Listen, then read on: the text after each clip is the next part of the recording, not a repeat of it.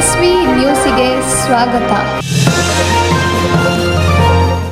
ಸ್ವಾತಂತ್ರ್ಯದ ಅಮೃತ ಮಹೋತ್ಸವದ ನೆನಪುಗಳು ಇನ್ನೂ ಹಸಿರಾಗಿರುವಾಗಲೇ ಭಾರತವು ತನ್ನ 80ನೇ ಸ್ವಾತಂತ್ರ್ಯ ದಿನಾಚರಣೆಯ ಸುಸಂದರ್ಭಕ್ಕೆ ಸಂಭ್ರಮದಿಂದ ಹೆಜ್ಜೆ ಇಡುತ್ತಿದೆ. ನೂರಾರು ವರ್ಷಗಳ ಗುಲಾಮಗಿರಿಯ ಸಂಕೋಲೆಯನ್ನು ಕಳಚಿ ಪ್ರಜಾಪ್ರಭುತ್ವದ ಬೆಳಕಿನಲ್ಲಿ ಮುನ್ನಡೆದ ಭಾರತದ ಐತಿಹಾಸಿಕ ಪಯಣಕ್ಕೆ ಸಾಕ್ಷಿಯಾಗಿ ನಿಂತಿರುವುದು ದೆಹಲಿಯ ಐತಿಹಾಸಿಕ ಕೆಂಪುಕೋಟೆ. ತ್ರಿವರ್ಣ ಧ್ವಜವು ಮತ್ತೊಮ್ಮೆ ಮುಗಿಲೆತ್ತರಕ್ಕೆ ಹಾರಾಡಲು ಸಿದ್ಧವಾಗುತ್ತಿದ್ದು, ಈ ಬಾರಿಯ ಆಚರಣೆಯು ಕೇವಲ ಒಂದು ಧ್ವಜಾರೋಹಣಕ್ಕೆ ಸೀಮಿತವಾಗಿರದೆ ವಿಕಸಿತ ಭಾರತದ ಕನಸಿನ ನವ ಚೈತನ್ಯ ತುಂಬುವ ವಿಶೇಷತೆಗಳಿಂದ ಕಂಗೊಳಿಸುತ್ತಿದೆ. ರಾಷ್ಟ್ರದ ಏಕತೆ, ತಂತ್ರಜ್ಞಾನದ ಪ್ರಗತಿ ಮತ್ತು ಸಾಂಸ್ಕೃತಿಕ ವೈಭವವನ್ನು ಜಗತ್ತಿಗೆ ಸಾರಲು ಕೆಂಪುಕೋಟೆ ಈ ಬಾರಿ ಹೇಗೆ ಸಜ್ಜಾಗಿದೆ? ಸ್ವಾತಂತ್ರ್ಯ ಸಿಕ್ಕು 80ನೇ ವರ್ಷದ ಸಂಭ್ರಮ ಆಚರಣೆಯಲ್ಲಿ ಭಾರತ ಸಾಮಾನ್ಯವಾಗಿ ಪ್ರತಿಯೊಬ್ಬರಲ್ಲೂ ಕಾಡುವ 79ನೇ ಅಥವಾ 80ನೇ ಸ್ವಾತಂತ್ರ್ಯ ದಿನಾಚರಣೆಯ ಗೊಂದಲಕ್ಕೆ ಈ ಬಾರಿ ಪೂರ್ಣ ವಿರಾಮ ಬಿದ್ದಿದೆ.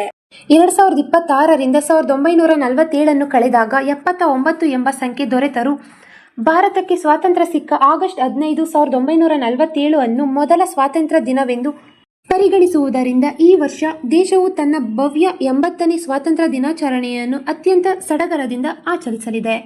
ಈ ಬಾರಿಯ ಸಂಭ್ರಮಕ್ಕೆ ಮತ್ತಷ್ಟು ಮೆರುಗು ನೀಡಲು ವಿಕಸಿತ ಭಾರತ 2047ಕ್ಕಾಗಿ ಯುವಶಕ್ತಿ ಎಂಬ ಥೀಮ್ ಇಟ್ಟುಕೊಳ್ಳಲಾಗಿದೆ. ಈ ಮೂಲಕ ದೇಶದ ಪ್ರಗತಿಯಲ್ಲಿ ಯುವಜನತೆಯ ಪಾತ್ರವನ್ನು ಎತ್ತಿ ಹಿಡಿಯಲಾಗುತ್ತಿದೆ. ರಾಜಧಾನಿ ದೆಹಲಿಯಲ್ಲಿ ಬಿಗಿ ಭದ್ರತಾ ವ್ಯವಸ್ಥೆ. ಸ್ವಾತಂತ್ರ್ಯ ದಿನಾಚರಣೆಯು ಶಾಂತಿಯುತವಾಗಿ ಜರುಗಲು ದೆಹಲಿ ಪೊಲೀಸರು ರಾಜಧಾನಿಯಾದ್ಯಂತ ಅತ್ಯಂತ ಬಿಗಿ ಭದ್ರತಾ ಕ್ರಮಗಳನ್ನು ಕೈಗೊಂಡಿದ್ದಾರೆ.